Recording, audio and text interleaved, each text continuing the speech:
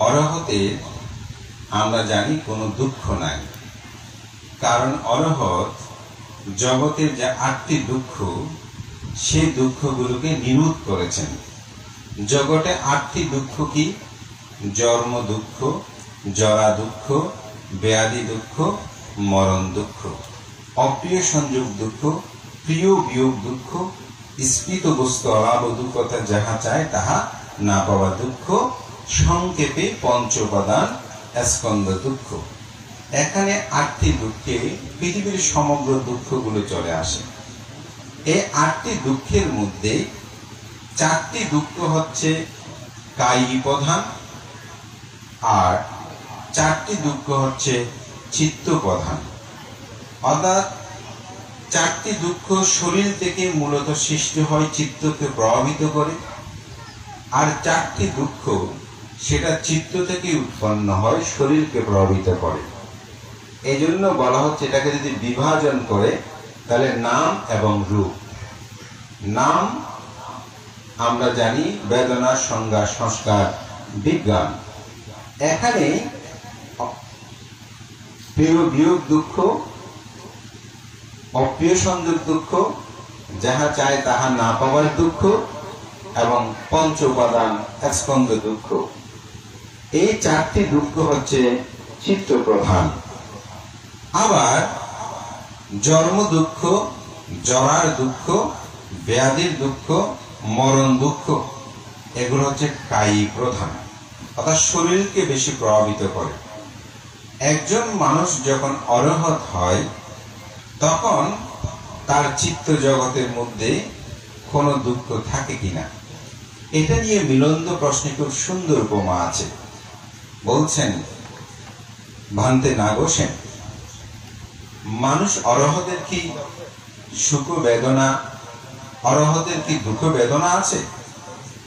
বলে যে হ্যাঁ, ক্ষেত্র বিশেষে আছে আবার নেই। বলছে সেটা কিরকম? আমরা তো শুনি অরহতের কোনো দুঃখ নাই, কিন্তু আপনি কেন বলছেন তাদের মধ্যে দুঃখ বেদনা আছে? তখন তিনি বললেন, যতক্ষণ মানুষের মধ্যে দেহ থাকবে, শরীর থাকবে, ততক্ষণ তার মধ্যে শারীরিক দুঃখগুলো থাকবে। যেমন আপনারা বসেছেন, বসতে বসতে ব্যথা উৎপন্ন হচ্ছে না, এদিক সেদিক নড়াচড়া করছে, তাহলে কেন? কারণ শরীরের, মনটা ভালো থাকলেও, মন খুশি থাকলেও শরীরের দুঃখ থাকে। তবে অরহতকে সেই দুঃখ স্পর্শ করতে পারে না, কারণ তিনি জানেন শরীর থাকলে দুঃখটা থাকবে, গরম থাকবে, ঠান্ডা থাকবে, এগুলো শরীর তার অনুভূতিতে তাকে প্রভাবিত করবে, যার কারণে এই দুঃখগুলো বিদ্যমান থাকে মানুষের মধ্যে। তো আমাদের দাদা যেটা বললেন যে আমি খুব সুখী কিন্তু আমার শরীরে দুঃখ আছে, এই যে তার অনুভূতি, এটাই হচ্ছে আসলে প্রকৃত সুখ। আমাদের অনেক অট্টালিকা থাকলেও অনেক মানুষ সুখী হতে পারে না, আমরা আরো চাই, আরো চাই। এজন্যই বুদ্ধকে যখন প্রশ্ন করেছেন ভগবান তথাগত বুদ্ধ, জগতের সবচেয়ে শ্রেষ্ঠ ধনী ব্যক্তিকে, সবচেয়ে শ্রেষ্ঠ ধনীকে, তো তখন তো অনাথপ্রেমিক শ্রেষ্ঠী, বিশাখা, রাজা প্রসেনজিৎ, বিম্বিসার প্রমুখ রাজন্য এবং শ্রেষ্ঠীবর্গ ছিলেন। শ্রেষ্ঠী মানে শিল্পপতি, যারা খুব অর্থবিত্তশালী। তো বুদ্ধ তাদের কোনো নাম বলে নাই, বুদ্ধ সেখানে বললেন সন্তুষ্টি পারামান ধানা, যিনি সন্তুষ্টি তিনি হচ্ছে প্রকৃত ধনী।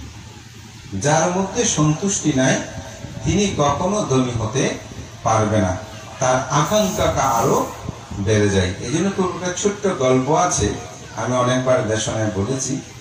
এক ভিখারি, তিনি এক বাড়িতে ভিক্ষা করতে গিয়েছেন। তো সে বাড়ির যিনি প্রধান গৃহকর্তা, তার হঠাৎ মনে হয়তো একটু বেশি ত্যাগ করার চেতন উৎপন্ন হলো, সেই 100টা টাকা দিল। তো ভিখারি 100টা টাকা পেয়ে খুব খুশি হলো, বলে যে একটু ওনার সাথে কথা বলি। তো বলে যে আপনার সাথে কি আমি একটু কথা বলতে পারি? বলছে কি কথা? তো এমন ভাবে বলছে, যিনি টাকাটা দিয়েছেন তিনি বলছেন বিকেলে হলো তার কথাবার্তা গুলো একটু সুন্দর মতো দেখি, বলেন কি বলতে চান। বলছে আপনি যে আমাকে আজকে 100 টাকা দিয়েছেন, আপনি কি করেন? তখন বলছে আরো কৌতূহল, বলছে আমার একটা দোকান আছে। ও, দোকানে আপনি প্রতিদিন কত টাকা লাভ করেন? বলে যে আমার খরচ বেশ দিয়ে প্রতিদিন আমার 1000 টাকা লাভ হয়। বলছে আপনাকে যদি আমি এই মুহূর্তে 1000 টাকা দিই, আপনি কি করবেন? বলছে 1000 টাকা আমি ব্যবসা খাটাবো, আরো যাতে লাভ হয়। বলছে যদি 2000 টাকা দিই, আপনি কি করবেন? বলছে ওই 2000 টাকা ইনভেস্ট করবো যাতে আরো প্রবৃদ্ধি হয়। তো উনি 100 টাকাটা বের করে তাকে দিয়ে দিলেন। বলছে আপনার টাকাটা আমি নেব না। বলছে কেন? বলছে আপনি তো আমার চেয়ে অনেক বেশি গরিব। বলছে কেন আমাকে গরিব বলছেন? বলছে আপনার এই 100 টাকা পেয়ে আমি ভাবছি সারাদিন ভিক্ষা করে আমি 80 টাকা, 90 টাকা, 100 টাকা, 110 টাকা পাই। আজকে যেহেতু আপনি 100 টাকা দিয়েছেন, আমি টাকাটা পাওয়ার সাথে সাথে ভেবেছি আমি আর আজকে ভিক্ষা করব না, এই টাকা দিয়ে আমি বাড়িতে চলে যাব আর ঈশ্বর গড আমার বুদ্ধির আমি আরাধনা করব। কিন্তু আপনাকে দেখছি আপনি আরো চাইছেন, তো সুতরাং আপনি আমার চেয়ে গরিব না। অর্থাৎ যার স্পৃহা বেশি, ডিজায়ার আকাঙ্ক্ষা যার বেশি, তার চাহিদা যখন বেশি হয় তিনি আসলে গরিব হয়। যার কাছে সন্তুষ্টি আছে তিনি সুখী। তো আমাদের আজকের আয়োজক যিনি, তিনি আমাদেরকে উত্তর দিয়ে দিয়েছেন সুখ কিভাবে নিতে হয়। সেটা হচ্ছে আপনি যত সন্তুষ্টি পরায়ণ হবেন তত তিনি সুখী হবেন।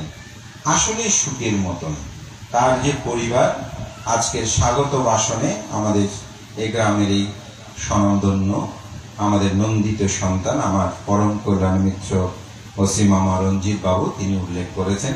সংক্ষিপ্ত কথায় এই পরিবার তুলে ধরেছেন। আমাদের দানশীল ব্যক্তিত্ব, নন্দিত ব্যক্তিত্ব অশোক দাদাও সেভাবে তিনি তুলে ধরেছেন।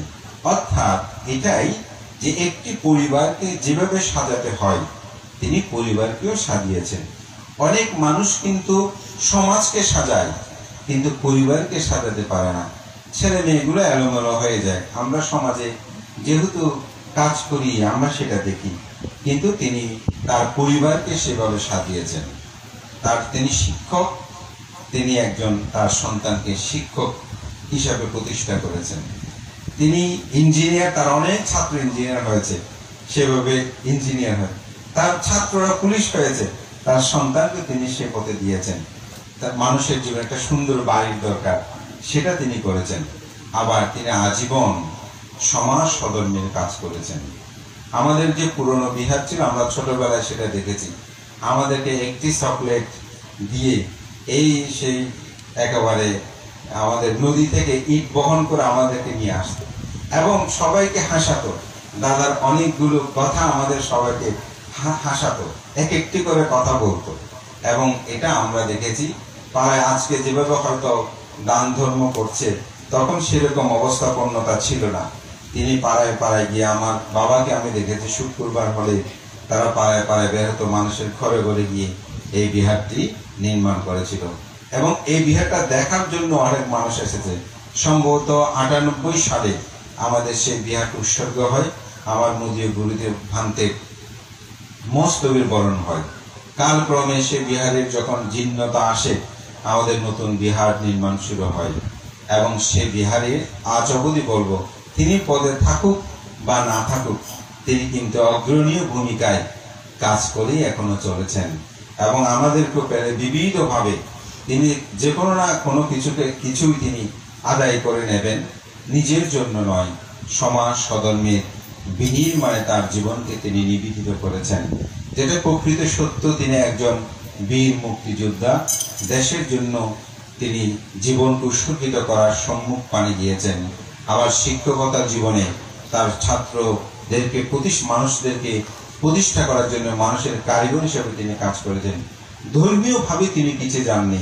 তিনি অবশ্যই আমরা দেখেছি মানুষের নেতৃত্ব দিলেও অনেক অষ্টশীল নেয় না, কিন্তু তিনি অষ্টশীলগুলো গ্রহণ করতেন এবং শিক্ষা জীবনে নৈতিকতার শিক্ষা দিতেন।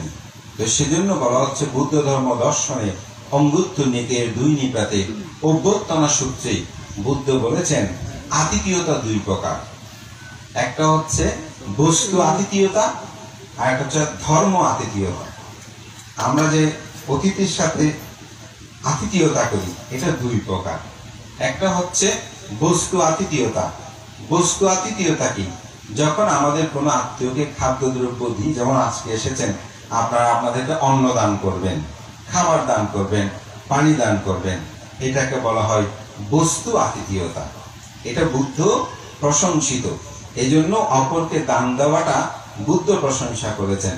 যেমন ভিক্ষু সংঘদেরকে আজকে এখানে আহার আদি আপনারা দান করবেন, এটা হচ্ছে বস্তু আতিথেয়তা, বা যেটাকে জ্ঞাতি ভোজন বলে। এই আতিথেয়তা আছে। ধর্ম আতিথেয়তা কি? ধর্ম আতিথেয়তা হচ্ছে এই যে আমার গুরুভান্তি একটু আগে আপনাদেরকে পঞ্চশীল প্রদান করলো, সেখানে বলছে আপনি প্রাণী হত্যা করবেন না, আপনি চুরি করবেন না, আপনি ব্যভিচারী করবেন না, আপনি মিথ্যা কথা, ভেদ কথা, কর্কশ কথা বলবেন না, আপনি নেশা দ্রব্য, সুরা, মদ, গাঁজা এগুলো আপনি পান করবেন না। এটাকে বলা হয় ধর্ম আতিথেয়তা। এই ধর্ম আতিথেয়তা আপনারাও করেন। কিভাবে করেন? যখন কেউ মিথ্যা বলছে আপনারা বলেন এই মিথ্যা বলিও না, এটাকে বলা হয় ধর্ম আতিথেয়তা। কেউ চুরি করছে, বোঝে না চুরি করাটা ঠিক নয়, এটা হচ্ছে ধর্ম আতিথেয়তা। কেউ কেউ পাপ কর্ম করেছে, বলছেন এটা নিন্দনীয় কাজ, এই কাজটা তোমরা করবে না, কুশল কর্ম করবে, সৎ কর্ম করবে, এটাকে বলা হয় ধর্ম আতিথেয়তা। এই যে একজনকে বলছে আপনাকে অমুক বিহারে দান করেন, অমুক একটু সাহায্য করেন, অমুক অসুস্থ তাকে একটু অর্থ দান করেন, এটাকে বলা হয় ধর্ম আতিথেয়তা।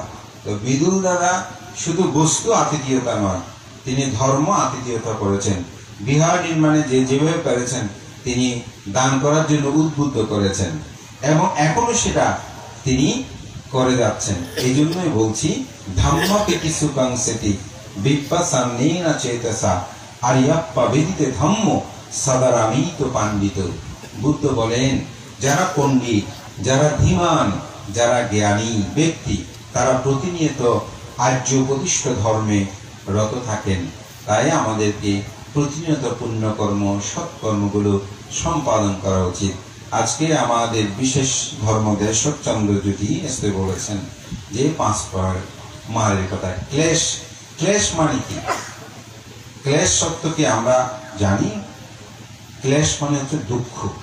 ক্লেশ হচ্ছে কি? দুঃখ। এই যে আমি 8টি দুঃখের কথা বলেছি, এই 8টি হচ্ছে কি? ক্লেশ। এই ক্লেশকে, দুঃখ থেকে নিবারণ করার জন্য বুদ্ধ একটি পথ দিয়েছে, এক আয়াং ভিক্ষাবে মাত্র সাত্থানাং বিশুদ্ধিয়া। সত্যদের বিশুদ্ধির জন্য একমাত্র পথ হচ্ছে এই আর্য অষ্টাঙ্গিক মার্গ, যেখানে বলছে সম্যক দৃষ্টি, সম্যক সংকল্প, সম্যক বাক্য, সম্যক কর্মান্তর, সম্যক আজীব, সম্যক ব্যায়াম, সম্যক স্মৃতি, সম্যক সমাধি, যেটাকে সংক্ষেপে বলা হচ্ছে শীল, সমাধি, প্রজ্ঞা। এই শীল, সমাধি, প্রজ্ঞার সাথে আজকের এই দানের সম্পর্ক আছে। কারণ একটা মানুষ যদি ত্যাগী না হয় তাহলে তিনি শীল পালন করতে পারবে না। একটা মানুষ যদি ত্যাগী না হয় তাহলে তার পক্ষে শীল পালন করা সম্ভব নয়। বান্ধে কিভাবে? আমি এটা প্রায় সময় উদাহরণ দিই। আপনি পথ দিয়ে হেঁটে যাচ্ছেন, হঠাৎ একটা মাছ দেখেছেন, তো মাছটা আপনাকে ধরতে হবে। তাহলে ধরতে গেলে হত্যা হবে না, হত্যা করতে হবে, তো খেতে হবে। খাওয়ার চেতনাটা এসেছে, আপনি চিন্তা করলেন না আমি তো প্রাণী হত্যা করতে পারবো না, কিন্তু আপনার খেতে ইচ্ছে হচ্ছে। এখন কি করবেন? প্রাণী হত্যা যদি বন্ধ করতে চান আপনাকে ত্যাগ করতে হবে। না, এটা আমি ত্যাগ করলাম। যখনই ত্যাগটা করেছেন, লোকটা ত্যাগ করেছেন, তখন আপনি শীলটা রক্ষা করতে পেরেছেন। যদি আপনি ত্যাগ করতে না পারতেন তাহলে কিন্তু শীল রক্ষা হতো না। তাহলে ত্যাগ মানে কি? দানের প্রতিশব্দ হচ্ছে ত্যাগ। দানের প্রতিশব্দটা হচ্ছে কি? ত্যাগ। অর্থাৎ আপনার মধ্যে সেই ত্যাগ মনোবৃত্তটা থাকবে।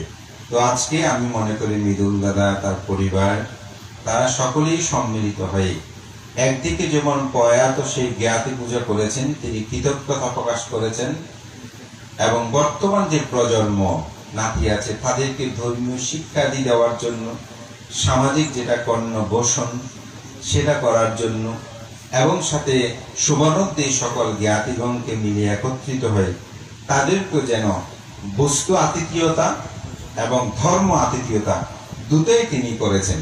একদিকে যেমন আপনাদেরকে আহার দান করেছেন, অপরদিকে মহান বিজ্ঞ সঙ্গে আহ্বান করে মানুষ কিভাবে ক্লেশ মুক্ত হয়, দুঃখ থেকে মুক্তি লাভ করে, কেন মানুষ দান করে, এই শিক্ষাগুলো আপনাদের অন্তর্জগতে প্রবেশ করার প্রত্যয়ে তিনি আজকে ধর্মদান, যেটা আমরা বলি আয়োজনে, ধর্ম আতিথেয়তা সহ সমস্ত কর্মাদি সম্পাদন করেছেন। আমি কৃতজ্ঞতা জানাই দাদার প্রতি। তিনি আমারও শিক্ষক ছিলেন। বলতে গেলে আমাদের, যেহেতু তিনি প্রাইমারি স্কুলের শিক্ষক ছিলেন তৎকাল, যতদিন তিনি রিটায়ার্ড হন ততদিন আমরা সবাই এখানে তাদেরই ছাত্র ছিলাম। দেশে বিদেশে আমরা যেখানে যাই না কেন তাদের প্রতি, তাদের কাছে আমরা ঋণী। এই ঋণ অপরিশুদ্ধ, এই ঋণ কখনো পরিশোধ করা যায় না। আমাদেরকে তারা যে নৈতিকতার শিক্ষা দিয়েছেন, এই কথাগুলো বলতে গেলে অনেক কথা। তখনকার শিক্ষক আর এখনকার শিক্ষকের প্রায় জনের ক্ষেত্রে অনেক পার্থক্য।